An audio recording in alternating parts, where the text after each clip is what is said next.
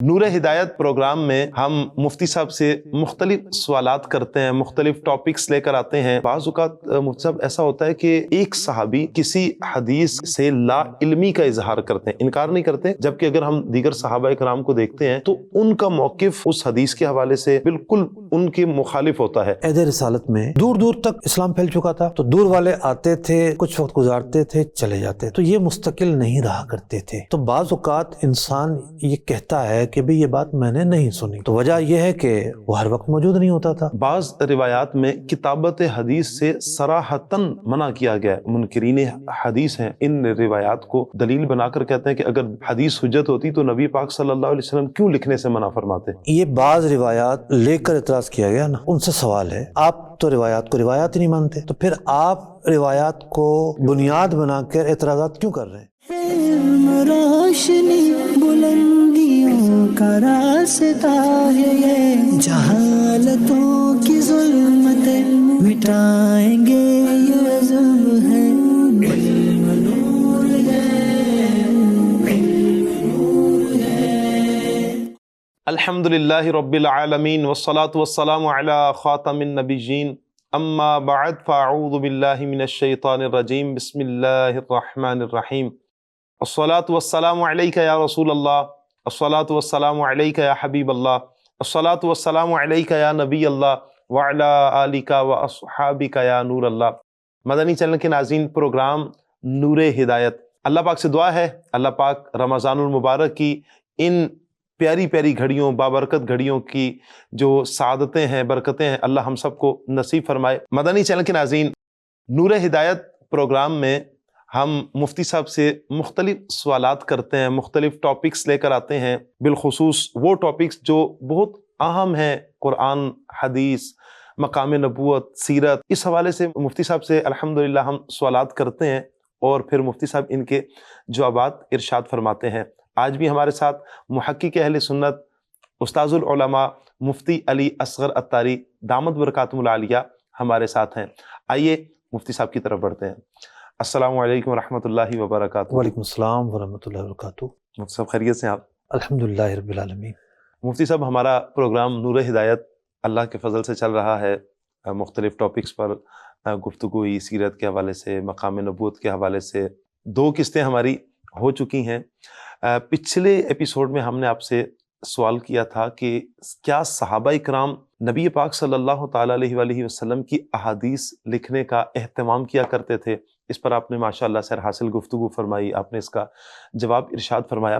اسی سے ریلیٹڈ میں ایک اور آپ سے سوال کروں گا، آپ کی طرف سوال بڑھاؤں گا کہ بعض اوقات مفتی صاحب ایسا ہوتا ہے کہ ایک صحابی کسی حدیث سے لا علمی کا اظہار کرتے ہیں، انکار نہیں کرتے، لا علمی کا اظہار کرتے ہیں، کسی واقعہ سے لا علمی کا اظہار کرتے ہیں، جبکہ اگر ہم دیگر صحابہ کرام کو دیکھتے ہیں تو ان کا موقف اس حدیث کے حوالے سے، اس واقعہ کے حوالے سے بالکل ان کے مخالف ہوتا ہے۔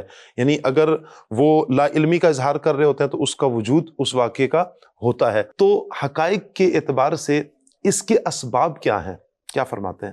الحمدللہ رب العالمین والصلاة والسلام علی سید الانبیاء والمرسلین، اما بعد فاعوذ باللہ من الشیطان الرجیم، بسم اللہ الرحمن الرحیم۔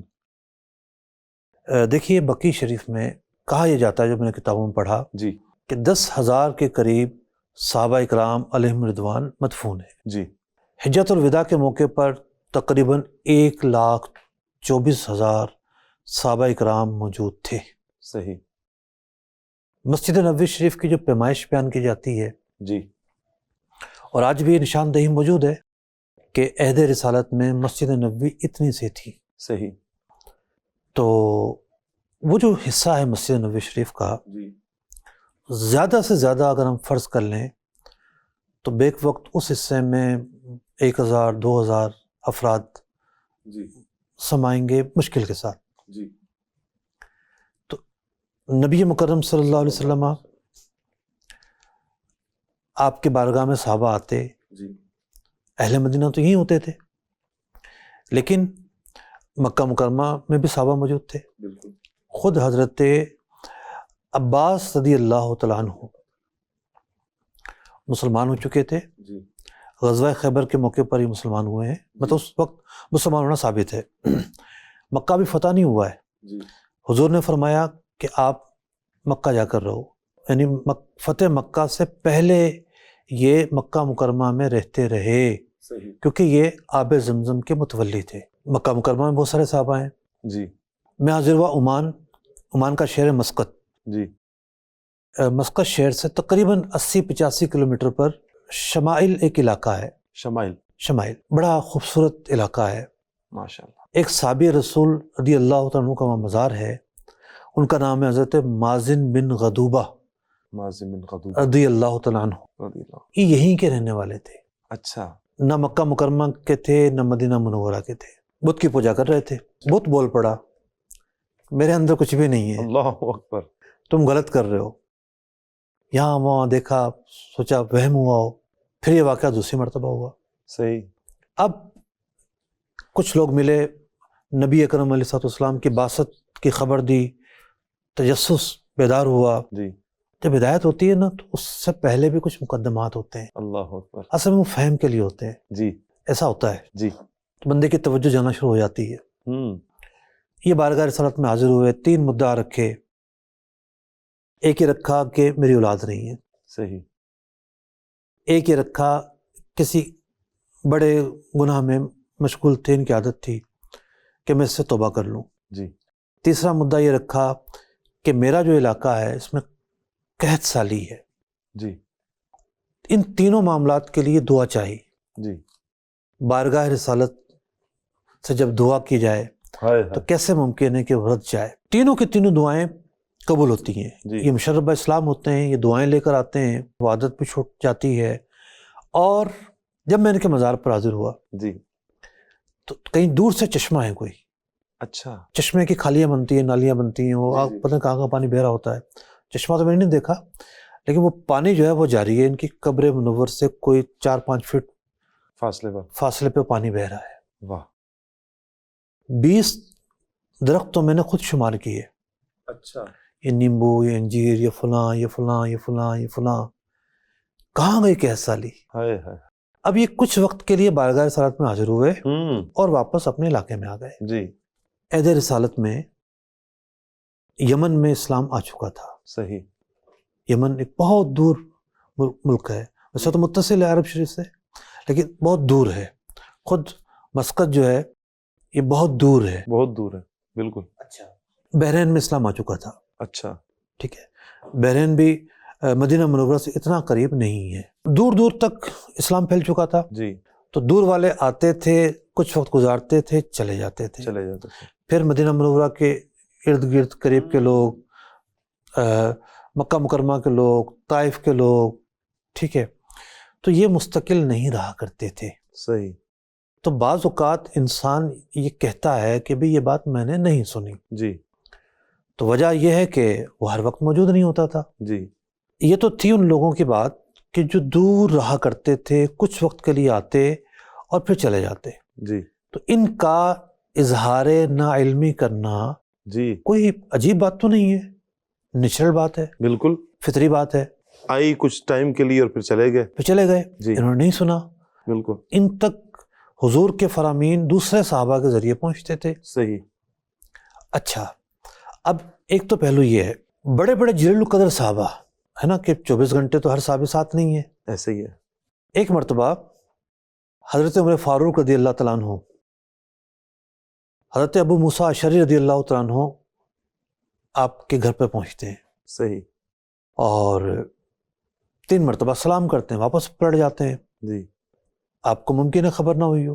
پھر آپ حضرت ابو موسیٰ اشعری کو بلواتے ہیں. صحیح. کہ تم واپس کیوں چلے گئے؟ اچھا. یہ عرض کرتے ہیں کہ میں نے حضور اکرم علیہ السلام کا فرمان سنا ہے کہ 3 مرتبہ تک دستک دی جائے یا سلام کہا جائے. جی. مفہوم یہ ہے، عرض کر رہا ہوں، جواب نہ ملے تو بندہ پلٹ جائے. تو میں پلٹ گیا. حضرت سیدنا عمر فاروق رضی اللہ عنہ فرماتے ہیں نبی مکرم صلی اللہ علیہ وسلم کا یہ فرمان آپ کا فرمان ہے، گواہ لے کر آؤ. اچھا. ہاں. اب یہ پریشان گئے، مدعا بیان کیا، گواہ لے کر آئے. پھر آ کر بیان کیا کہ دیکھیں گواہ بھی موجود ہے. تب جا کے حضرت عمر فاروق رضی اللہ تعالیٰ عنہ نے اس بات کو تسلیم کیا.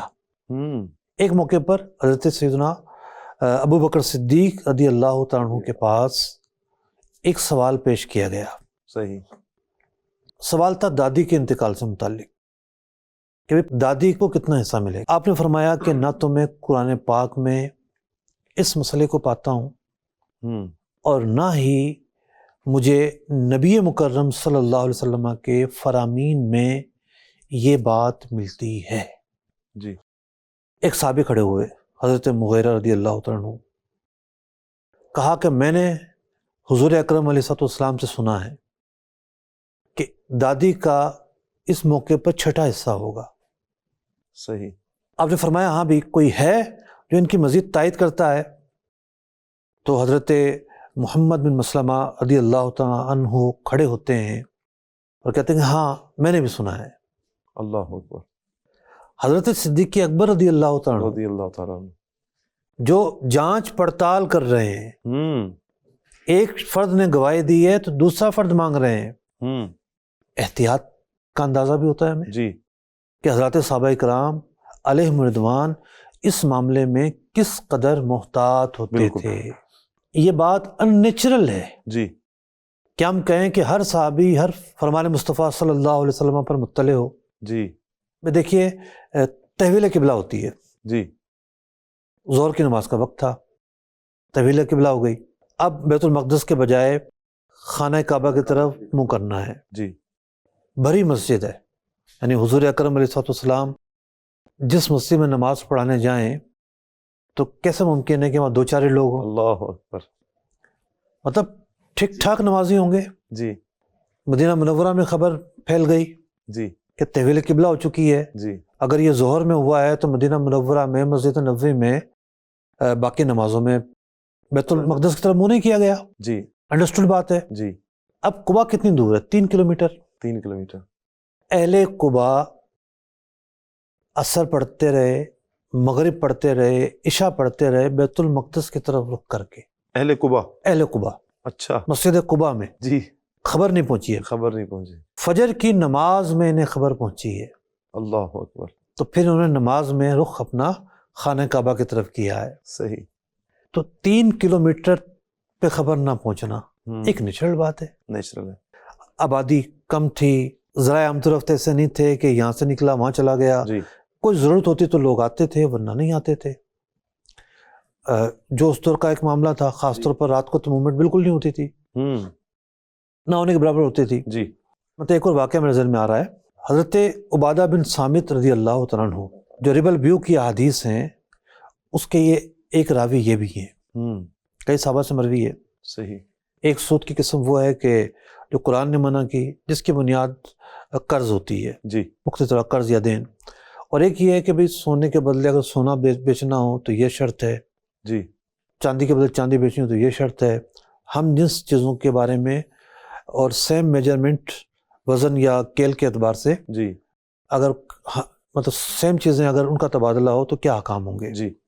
اب یہ ملک شام میں ہے. ملک شام میں ظاہر بات ہے نصارہ کا ملک تھا، جی. اسلام نیا نیا پھیلا ہے. حضرت سیدنا امیر معاویہ رضی اللہ تعالیٰ عنہ حاکم ہے، وہ گورنر اس دور میں، تو صحیح. شام کے گورنر ہے. حضرت عمر فاروق رضی اللہ تعالیٰ عنہ کا دور ہے. جی. تو ایک مسئلے پر آپ نے توجہ دلائی حضرت سیدنا امیر معاویہ رضی اللہ تعالیٰ عنہ کی کہ یہ جو کام ہے، اس انداز سے جو خریداری ہے، جی. یہ سود کے زمرے میں آتی ہے. حضرت سیدنا امیر معاویہ رضی اللہ عنہ فرماتے ہیں یہ بات کہاں سے ثابت ہے؟ انکار نہیں کرتے، انکار نہیں. نا علمی کا اظہار کرتے ہیں جی. کہ یہ بات کہاں سے ثابت ہے، یہ بات اس کی کیا دلیل ہے؟ حضرت عبادہ بن صامت رضی اللہ عنہ رضی اللہ. انہیں بڑا غصہ آتا ہے. اللہ اکبر. وہ کہتے ہیں کہ نہیں، میں آپ کی ماتحتی میں جہاں آپ گورنر ہیں میں رہوں گا ہی نہیں. اللہ اکبر. ایک دینی اہمیت تھی. جی. نبی اکرم علیہ السلام سے انہوں نے سنا ہوا تھا، تو ظاہر بات ہے ان کے سامنے تو علم الیقین، عین الیقین، حق الیقین کا معاملہ تھا. سارے یقین ٹھیک ہے، آشکار ہیں، واضح ہیں. تو اب یہ شام چھوڑ کے مدینہ منورہ میں آ جاتے ہیں. صحیح. سیدنا عمر فاروق رضی اللہ عنہ سے ملاقات ہوتی ہے کہ یہاں کیسے؟ اپنا معاملہ بیان کیا. تو حضرت عمر فاروق رضی اللہ تعالیٰ عنہ نے 2 کام کیے. ایک تو مکتوب روانہ کیا حضرت سیدنا امیر معاویہ رضی اللہ تعالیٰ عنہ کے لیے کہ عبادہ بن صامت نے جو بات کہی ہے یہ حضور اکرم علیہ الصلوۃ والسلام نے فرمایا ہے, یہ بات حق ہے. صحیح. اب دوسرا یہ وہاں جا کر بلائے تھے کہ میں آپ کی ماتحتی میں نہیں رہوں گا. صحیح. اب وہ شام کے گورنر ہیں. تو حضرت سیدنا عمر فاروق جو کہ امیر المومنین ہیں انہوں نے ایک استثنائی حکم جاری کیا کہ اگر عبادہ بن صامت ملک شام میں رہتے ہیں تو یہ آپ کی ماتحتی میں شمار نہیں ہوں گے. اللہ اکبر. وہ ایک بات کہہ چکے تھے, ان کی لاج رکھی. اچھا دیکھیے جی بہت سارے ایسے واقعات ہیں جی. اس کی بنیاد پر یہ کہنا کہ فلاں صحابی تک یہ روایت نہیں پہنچی ہے, فلاں تک نہیں پہنچی, جی بھائی یہ بات حقائق کے خلاف ہے. یہ اکثر مفتی صاحب یہ سوال کیا بھی جاتا ہے, بھائی یہ کیا آپ کیسے یہ بات کہہ رہے ہیں؟ آج کے آپ کے جواب سے مفتی صاحب بہت ساروں کو یہ کنفیوژن دور ہو چکی ہوگی. اکثر لوگ یہ سوال کرتے ہیں, اعتراض کرتے ہیں کہ بھائی یہ حدیث تو صحابی تک نہیں پہنچی تو آپ تک کیسے پہنچ چکی ہے؟ تو یہ بہت ساروں کا یوں کہیں کہ اچھا اب انکار کا بھی معاملہ, یہ تو بات تھی کہ نا علمی. جی. حضرت سیدتنا عائشہ رضی اللہ تعالیٰ عنہ رضی اللہ تعالیٰ عنہ معراج ہوئی مکہ مکرمہ میں, آپ رضی اللہ تعالیٰ عنہ رخصتی آپ کی ہوئی ہے مدینہ منورہ میں. صحیح. آپ سے ایک روایت منقول ہے کہ حضور کو معراج نہیں ہوئی, جسمانی معراج. جسمانی معراج. جی. تو بات یہ ہے کہ یہ چونکہ مکہ مکرمہ میں تھیں, جی. ہوتا ہے کہ عمر ہوتی ہے نا ایک, جی. مثال کے طور پر آپ کے بچے ہیں 12-13 سال ان کی عمر ہے, جی. اس کی اپنی ایک سوچ ہوتی ہے. جی. ٹھیک ہے, انسان ہر چیز میں مشغول نہیں ہوتا. ایسے ہی ہے. آپ روزانہ نکلتے ہیں, جامعہ آتے ہیں, 10 کام نمٹاتے ہیں, امامت کرتے ہیں, 10 بندوں سے ملتے ہیں.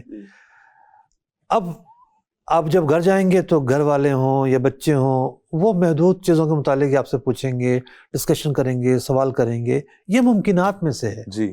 روز ہمارے ساتھ یہ معاملات ہوتے ہیں. ایسے ہی ہے. تو اگر حضرت عائشہ صدیقہ رضی اللہ تعالیٰ عنہ کو معراج کے متعلق معلوم نہ ہوا ہو جی تو اس میں کیا بعید بات ہے؟ ایسے ہی ہے. حقائق واقعات قرائن بھی تو کوئی چیز ہوتے ہیں نا. بالکل. تو ان کا انکار جو ہے وہ واقعہ پہلے کا ہے. جی. وہ رخصتی ہو کر مدینہ منورہ میں آئی ہیں. تو ہمیں ان چیزوں کو بھی سامنے رکھنا ہوگا. جی. اب یہ بتائیے آپ کہ حضور اکرم علیہ الصلوۃ والسلام جب مسجد نبوی میں بیٹھتے ہیں, جی, آپ حاکم بھی ہیں, قاضی بھی ہیں, سپہ سالار بھی ہیں, غیر مسلم بھی آ رہے ہیں, ان کے سفارتی وفود بھی آ رہے ہیں, قبائل بھی آ رہے ہیں, آپ کا ایک بڑا وقت مسجد میں گزرتا ہے. صحیح. کیا یہ ساری کی ساری باتیں روزانہ کی بنیاد پر گھر بھی منتقل ہوتی ہوں گی؟ ہو سکتا نہ ہوتی ہوں. نہ ہوتی ہوں. اگر نہ ہوئی ہوں تو کوئی بعید نہیں ہے. جی. کوئی اس میں عجیب بات نہیں ہے. ایک واقعہ, جی, اس واقعے کو لے کر بہت زیادہ جو ہے نا مسائل پیدا کیے گئے, بہت زیادہ عجیب و غریب جو ہے وہ موقف اپنائے گئے. صحیح. بیٹی کا حصہ قرآن پاک نے مقرر کیا ہے. جی. اچھا, قرآن جب نازل ہوتا ہے تو قرآن پاک نے کیا کہا ہے کہ جب نکاح کرو تو کس حد تک نکاح کرو؟ مثنا و ثلاثہ و رباع, ایک نکاح, 2 نکاح, 3 نکاح, 4 نکاح. جی. 4 سے آگے اسٹاپ. لیکن نبی اکرم علیہ الصلوۃ والسلام کی ذات کو استثناء حاصل تھا. بڑی قابل توجہ بات ہے. بالکل. قرآن کا ایک حکم ہے کہ اگر باپ کا انتقال ہوتا ہے جی, تو بیٹے اور بیٹیوں کا حق ہے وراثت کے اندر. جی. قرآن کا ایک عمومی حکم ہے. جی. نبی اکرم علیہ الصلوۃ والسلام کو باغ فدق ملا تھا غزوہ خیبر کے موقع پر. صحیح. آپ صلی اللہ علیہ وسلم اس باغ سے جو آمدنی ہوتی تھی اس کے مختلف مصارف میں وہ استعمال فرماتے. جی. ایک مصرف یہ بھی تھا کہ وہاں سے جو آمدنی حاصل ہوتی تھی جی, اس سے اناج ڈلوا دیا کرتے تھے پورے سال بھر کا. جب آپ کا وصال ظاہری ہو گیا جی, تو حضرت سیدتنا فاطمۃ الزہرا رضی اللہ تعالی عنہا, ہمارے ماں باپ ان پر قربان ہو, امیر المومنین حضرت ابو بکر صدیق رضی اللہ تعالیٰ عنہ حاکم ہیں, امیر المومنین ہیں, جی, ان کے پاس آتی ہیں اور اپنے والد ماجد کی وراثت سے متعلق گفتگو کرتی ہیں. جی قرآن کا ایک عمومی حکم ہے. جی حضرت صدیق اکبر رضی اللہ تعالیٰ عنہ انہیں بیان کرتے ہیں کہ نبی مکرم صلی اللہ علیہ وسلم یہ فرما کر گئے ہیں کہ انبیاء کی وراثت جاری نہیں ہوتی. یعنی اپنے متعلق استثناء بیان کر کر گئے ہیں. جی وہ استثناء گرچہ قرآن پاک میں نہیں ہے، لیکن نبی مکرم صلی اللہ علیہ وسلم جو کہ جن پر وحی نازل ہوتی ہے اور جب آپ جو فرماتے ہیں وہ حق فرماتے ہیں، جی اور آپ صلی اللہ علیہ وسلم نے استثناء بیان کر دیا. جی ایسا نہیں ہے کہ صرف حضرت صدیق اکبر رضی اللہ تعالیٰ عنہ ہی اس بات کے مدعی ہوں، کوئی اور صحابی ہو ہی نہ جو اس بات کی تائید کرتا ہو. ایسا تو بالکل بھی نہیں ہے. ایسے ہی ہے. ٹھیک ہے. پچھلے دنوں مفتی حسان صاحب زیدہ مجدوح کا ایک طویل فتویٰ جو ہے اس سے متعلق جاری ہوا اور بڑے دلائل اس کے اندر موجود ہیں. جب حضرت فاطمہ الزہرا رضی اللہ تعالیٰ عنہ حضرت صدیق اکبر رضی اللہ تعالیٰ عنہ کی اس بات کو سنتی ہیں، واپس آ جاتی ہیں اور اس موضوع پر کبھی اظہار رائے نہیں فرماتی. مطلب کیا ہے کہ وہ مطمئن ہو جاتی ہیں. جی اب اس مسئلے کو لے کر ایک تو وہ طبقہ ہے کہ جو حضرت ابو بکر صدیق رضی اللہ عنہ نے ظلم کیا، معاذ اللہ، حضرت سیدنا فاطمہ الزہرا رضی اللہ تعالیٰ عنہ ان کا حق کھایا، جی جابر ہیں، ظالم ہیں، معاذ اللہ ثم معاذ اللہ، کیا کیا باتیں کی جاتی ہیں میں بیان نہیں کر سکتا، میری زبان پر نہیں آ سکتی. اچھا، ایک اور معاملہ یہ ہوا کہ ایک تقریر ہوتی ہے نا، سبق کی ایک تقریر ہوتی ہے. جی جو استاد ہوتا ہے وہ ڈیفرنٹ انداز میں سبق کی تقریر کرتا ہے. دیکھا طلبہ کو سمجھ نہیں آئی، وہ اس زاویے سے کلام کرے گا، اس زاویے سے کلام کرے گا. تو کیا ہے کہ ایک تقریر اس مسئلے کی چلتی رہی ماضی میں. وہ تقریر کیا ہے؟ ظن ہے، گمان ہے، ایک ظن ہے نا، ایک تخمینہ ہوتا ہے تقریر جی بیان کرنا. کوئی ایک بندے کی تقریر کوئی حجت تو نہیں ہے. ایسے ہی ہے. تو ایک تقریر میں آپ کے سامنے بیان کر رہا ہوں جی کہ قرآن پاک کا ایک حکم تھا، جی اس حکم کو لے کر حضرت سیدتنا فاطمہ رضی اللہ تعالیٰ عنہ حضرت صدیق اکبر رضی اللہ تعالیٰ عنہ کے پاس آئی ہیں. جی انہوں نے ان کا جو مطالبہ تھا وہ مطالبہ قرآن پاک کی تعلیم کے مطابق تھا. بالکل. خطا کا تو معاملہ کہیں بھی نہیں ہے. جی قرآن پاک کا جو ایک عمومی حکم تھا جی فرمان مصطفیٰ ان تک نہیں پہنچا تھا. جی اس مطالبے کو لے کر آئیں، وہ کہیں سے بھی خطا پر نہیں ہے.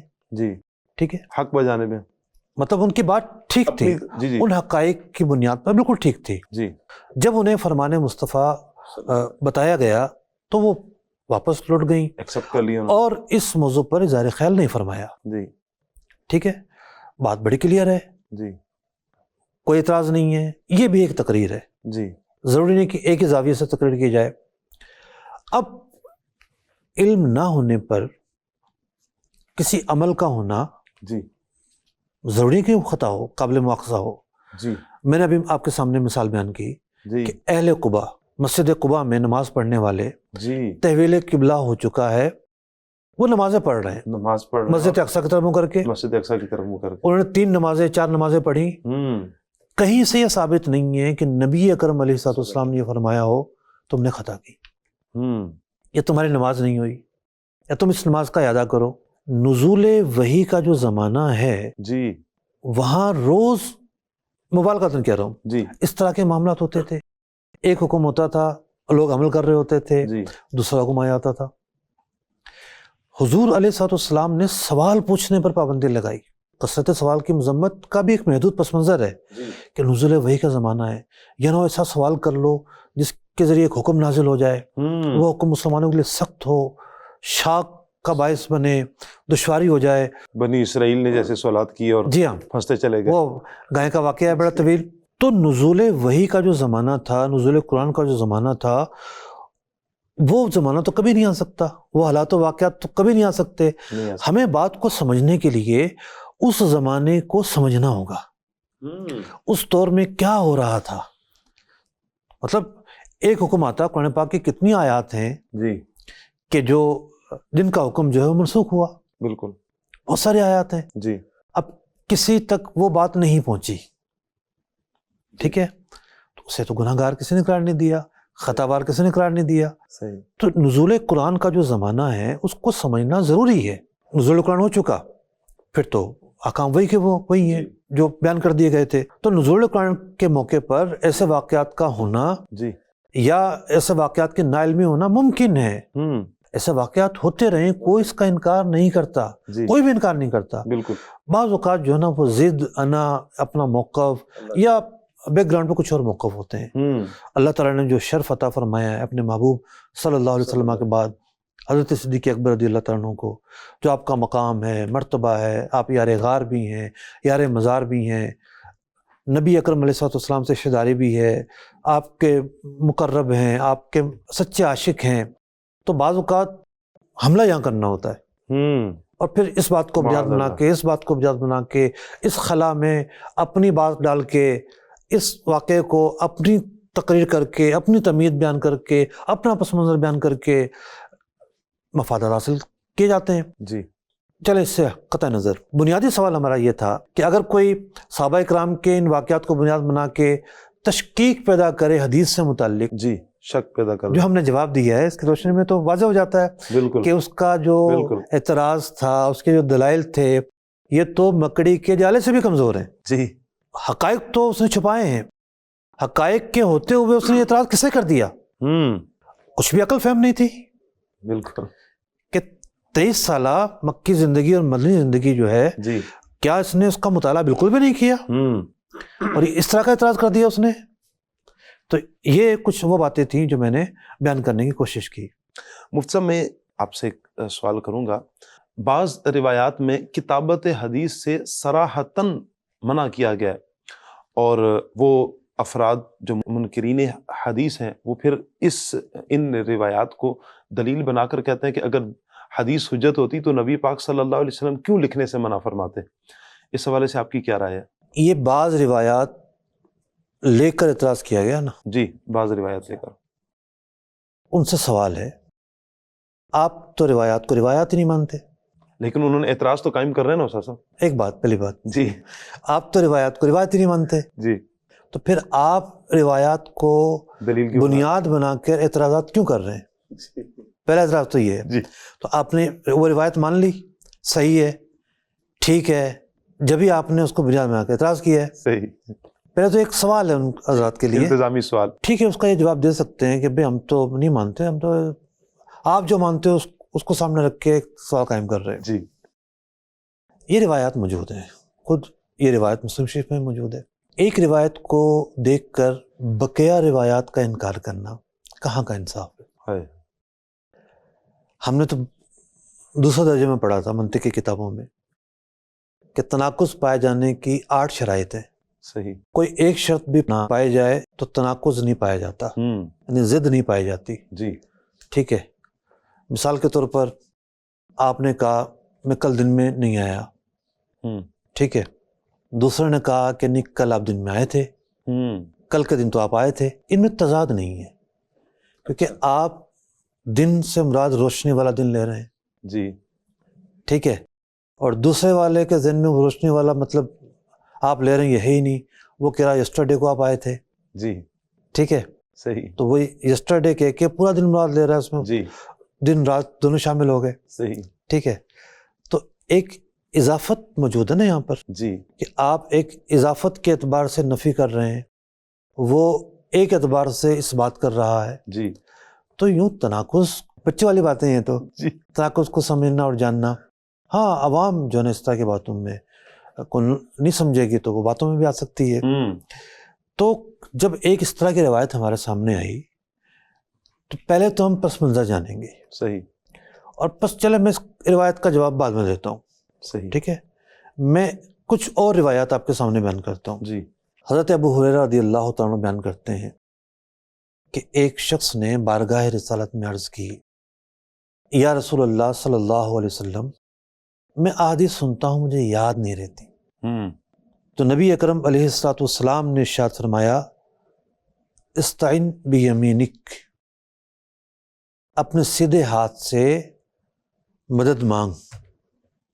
سیدھے ہاتھ سے مدد مانگ. راوی کہتے ہیں فأومأ بید للخط, اب وہ یعنی میں پہلے ترجمہ کر دوں کہ نبی اکرم علیہ الصلوۃ والسلام نے اپنے ہاتھ کے اشارے سے خط کی طرف اشارہ کیا. اب حضور اکرم علیہ الصلوۃ والسلام نے کیا اشارہ کیا وہ بیان نہیں کر رہا. میں آج کے عرف میں جو کہتے ہیں وہ بیان کر رہا ہوں. جب یوں کہیں گے تو کیا مراد ہوتا ہے؟ لکھنا مراد ہوگا. ٹھیک ہے نا. تو آپ نے فرمایا اپنے سیدھے ہاتھ سے مدد مانگو جی. اور پھر آپ نے ایک اشارہ فرمایا جی. راوی کہتے ہیں جس سے خط کی طرف اشارہ تھا صحیح.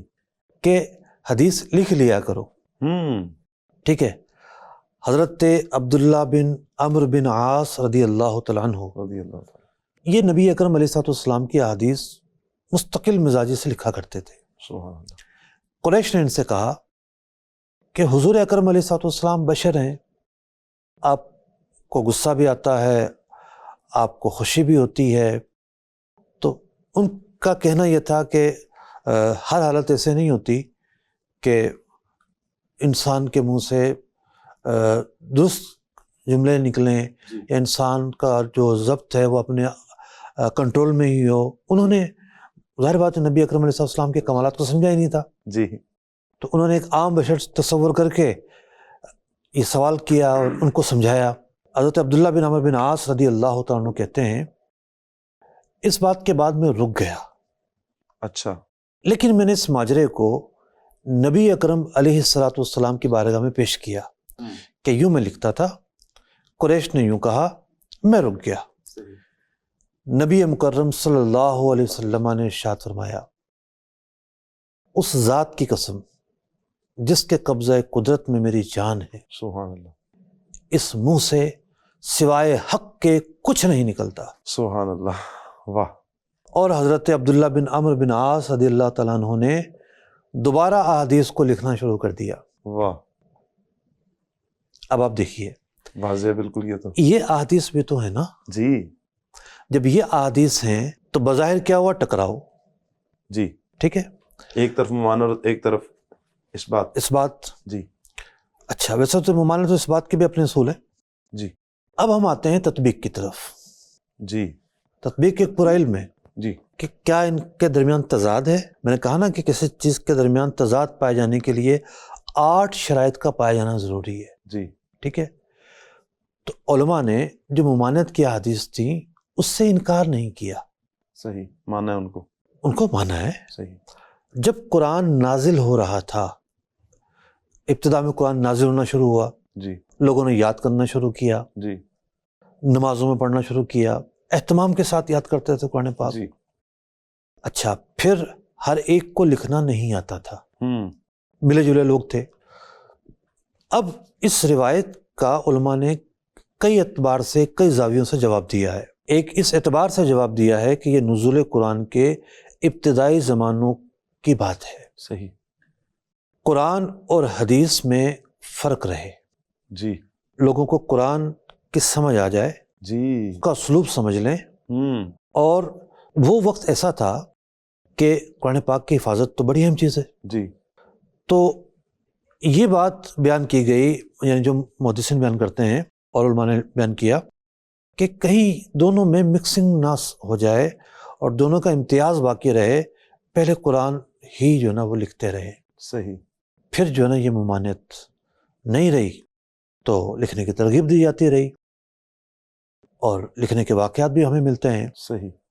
ایک اور جواب علماء نے دیا ہے کہ یہ جو حکم تھا یہ بعض افراد کے اعتبار سے تھا جنہیں لکھنا نہیں آتا تھا. یہ ان کے اعتبار سے تھا تاکہ انہیں لکھنا نہیں آتا اور وہ غلطی کے شکار نہ ہو جائیں. باقی لوگوں کو منع نہیں کیا گیا تھا. تو ہمیں دونوں جو سائڈیں ہیں، دونوں جو جہتیں ہیں وہ سامنے رکھنی ہوں گی. صحیح. یہ ضروری ہے. مفتی صاحب، ہمیں کتابیں نظر آتی ہیں احادیث کی، جیسے بخاری شریف، مسلم شریف، موطا امام مالک ہے، موطا امام محمد ہے، دیگر جو احادیث کی کتاب ہیں یہ تو بہت بعد کی ہیں، یعنی صحابہ کرام کے دور کی نہیں ہیں. تو صحابہ کرام کے ادوار سے لے کر ان کتابوں تک جن مصنفین نے یہ کتابیں لکھی ہیں، بخاری، مسلم وغیرہ جو کتابیں ہیں، اس درمیان میں کیا کیا ہوا، اس والے سے آپ کیا ہماری رہنمائی کریں گے؟ دیکھیے، امام بخاری جو ہیں جی، ان کا سن ولادت ہے 194 سن ہجری. 194. اور ان کا وصال جو ہے وہ 256 سن ہجری ہے. صحیح. امام مسلم 204 یا 206 سن ہجری کو پیدا ہوئے اور 261 سن ہجری کو آپ کا وصال ہوا. یعنی امام مسلم اور امام بخاری جو ہیں جی. تیسری صدی سے متعلق ہیں، ان کا تعلق تیسری صدی سے ہے. ہم یہ دیکھتے ہیں کہ جب دوسری صدی ختم ہوتی ہے تو پھر ان حضرات کی خدمات شروع ہوتی ہیں. تیسری صدی سے پہلے جو پوری ایک صدی ہے یعنی دوسری صدی، جی.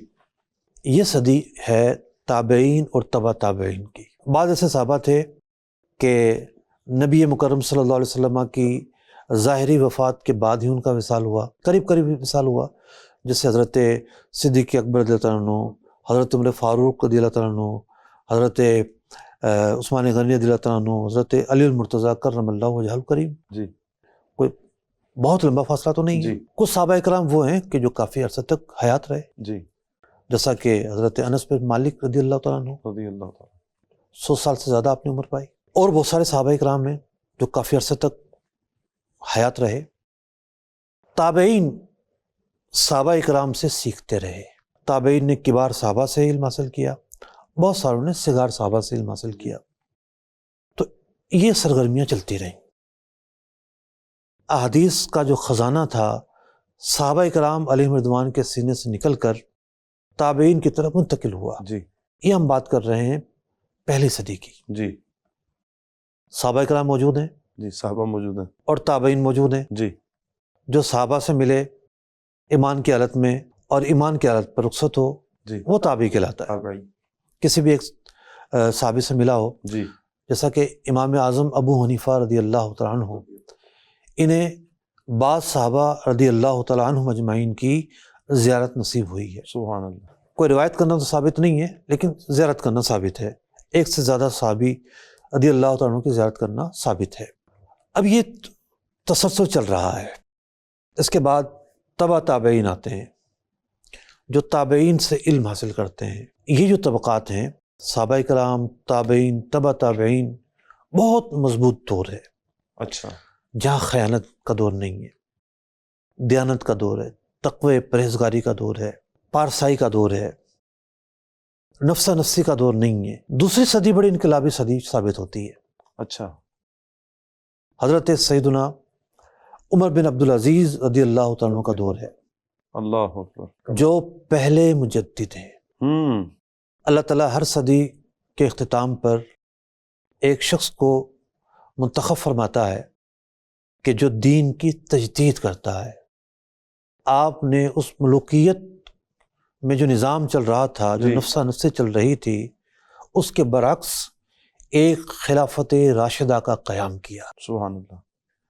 آپ کے دور میں بڑے بڑے انقلابی کارنامے ہوئے. حضرت امیر المومنین عمر بن عبدالعزیز رضی اللہ تعالیٰ عنہ نے ایک تجدیدی کارنامہ یہ انجام دیا کہ آپ نے دیکھا کہ علم جو ہے مطلب آبادی پھیل چکی تھی، جی.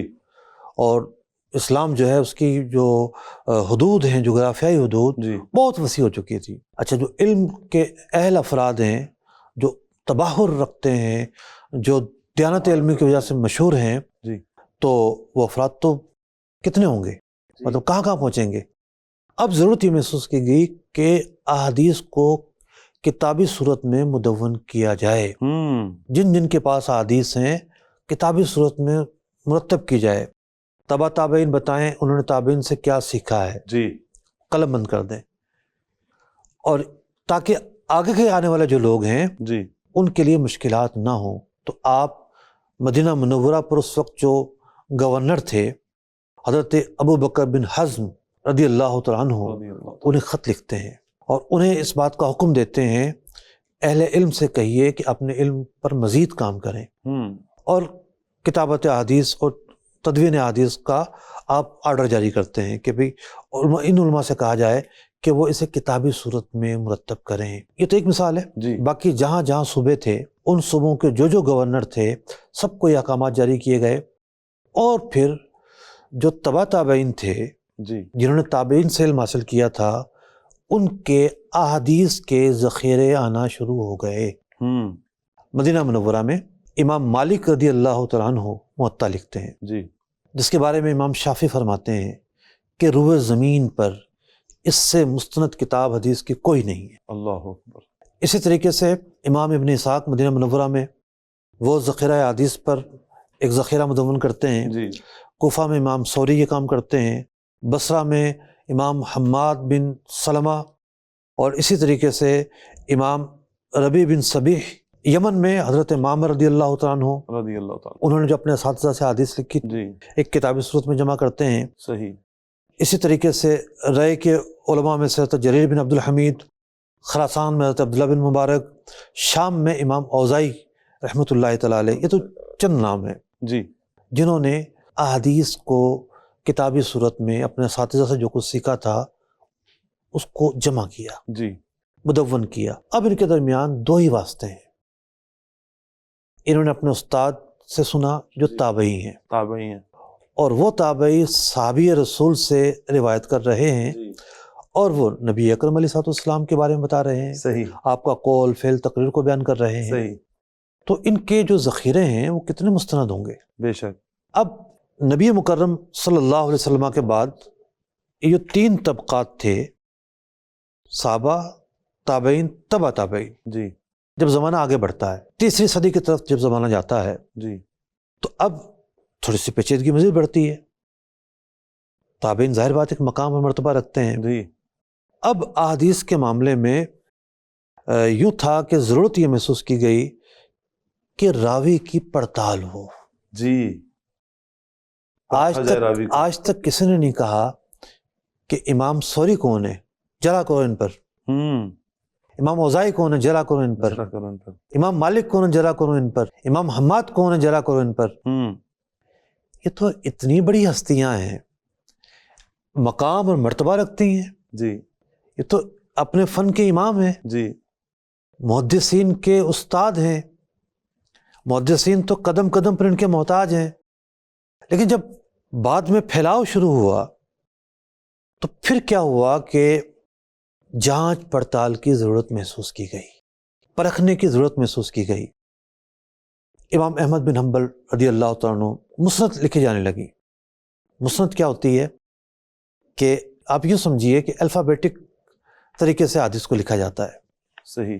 حدیث کی جو کنٹینٹ ہے، روایت، اس کو بنیاد نہیں بنایا جاتا بلکہ راوی کو بنیاد بنایا جاتا ہے۔ اچھا۔ جیسے مسند میں جو سب سے پہلے حدیث ہیں وہ ہیں جنہیں حضرت سیدنا ابو بکر صدیق رضی اللہ تعالیٰ عنہ نے بیان کیا۔ جی تو صحابہ کے اعتبار سے جو ماخذ ہے حدیث کا راوی، اس ترتیب کے اعتبار سے جو کتاب لکھی جائے اسے مسند کہتے ہیں۔ پھر امام بخاری آتے ہیں۔ امام بخاری علیہ رحمہ، اللہ اکبر، ان کی بہت خدمات ہیں۔ اللہ اکبر۔ بلا شبہ امام بخاری رحمۃ اللہ تعالیٰ علیہ ناصر الدین والملہ ہے۔ سبحان اللہ۔ انہوں نے ایک بہت بڑا احسان کیا ہے اس امت پر۔ کیا بات ہے۔ امام بخاری کا سفر کہاں سے شروع ہوتا ہے؟ کہاں بخارا و سمرقند، کہاں نشاپور سے بغداد، اللہ اور بغداد سے جناب آپ چلتے ہیں مختلف جگہوں پر، شام کی طرف رجوع ہوتا ہے، حرمین طیبین پہنچتے ہیں، مصر پہنچتے ہیں، کہاں کہاں سفر کیا، نہیں کیا سفر احادیث کے لیے۔ پھر راویوں کی پہچان، کڑا ضابطہ آپ نے بیان کیا۔ امام مسلم رحمۃ اللہ تعالی علیہ بھی پیچھے نہیں ہے۔ اب امام مسلم اور امام بخاری کے درمیان میں ایک مثال دے رہا ہوں۔ جی ایک چیز جو دونوں کو ممتاز کرتی ہے، جی الگ الگ کرتی ہے۔ مثال کے طور پر امام بخاری رحمہ کے نزدیک یہ شرط تھی کہ راوی کہتا ہے کہ میں نے فلاں سے حدیث سنی۔ جی امام بخاری کا یہ اصول تھا کہ اس کا ملاقات ثابت ہو۔ ملاقات ثابت ہو۔ صحیح۔ جب تک ملاقات ثابت نہیں ہوگی امام بخاری اس حدیث کو نہیں لیں گے۔ صحیح۔ امام مسلم رحمۃ اللہ تعالی علیہ کے ہاں راوی اور اس کے شیخ کا زمانہ ایک ہونا کافی ہے۔ صحیح۔ ملاقات ثابت نہ ہو تب بھی وہ حدیث نقل کرتے ہیں اور لے لیتے ہیں۔ زمانہ ایک ہونا چاہیے۔ زمانہ ایک ہونا چاہیے۔ جی پھر آپ دیکھیے جو سیاستہ ہیں، جی ترمذی ہے، ابو داؤد ہے، باقی کتابیں ہیں، پھر یہ کتابیں جو ہیں ایک ماخذ کی حیثیت بن گئی۔ اگرچہ کہ کتابوں کے مرتب ہونے کے بعد بھی احادیث سینہ بسینہ اور راوی کے ساتھ نقل ہوتی رہیں، جی کتابوں کے آنے کے بعد وہ جو ایک تھا کہ بھی کون سی روایت کہاں ہے، وہ سلسلہ جو ابہام تھا وہ دور ہو گیا. صحیح. لاکھوں احادیث جو ہیں وہ مرتب کتابوں میں موجود ہیں، ابہام دور ہو گیا. اب یہ کتابیں آگے بڑھتی ہیں سینہ بسینہ.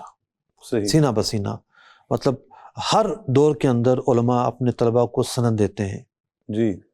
اور وہ پھر آگے سند دیتے ہیں کہ ہمیں بخاری پہنچی، ہمیں مسلم پہنچی، جی. اور پھر وہ لاکھوں لوگ ہو گئے. پھر تو لاکھوں لوگ وہ ہیں ہر زمانے میں کہ جو لاکھوں نہیں تو ہزاروں ہیں کہ جو بخاری کی سند اپنے اساتذہ سے لیتے ہیں، مسلم کی سند لیتے ہیں، دیگر کتب کی سند لیتے ہیں. تو یوں ایک سفر تدوین احادیث کا کس پیچ و خم کے ساتھ آگے بڑھا، کس تاریخی پس منظر میں آگے بڑھا، یہ میں نے بیان کرنے کی کوشش کی ہے.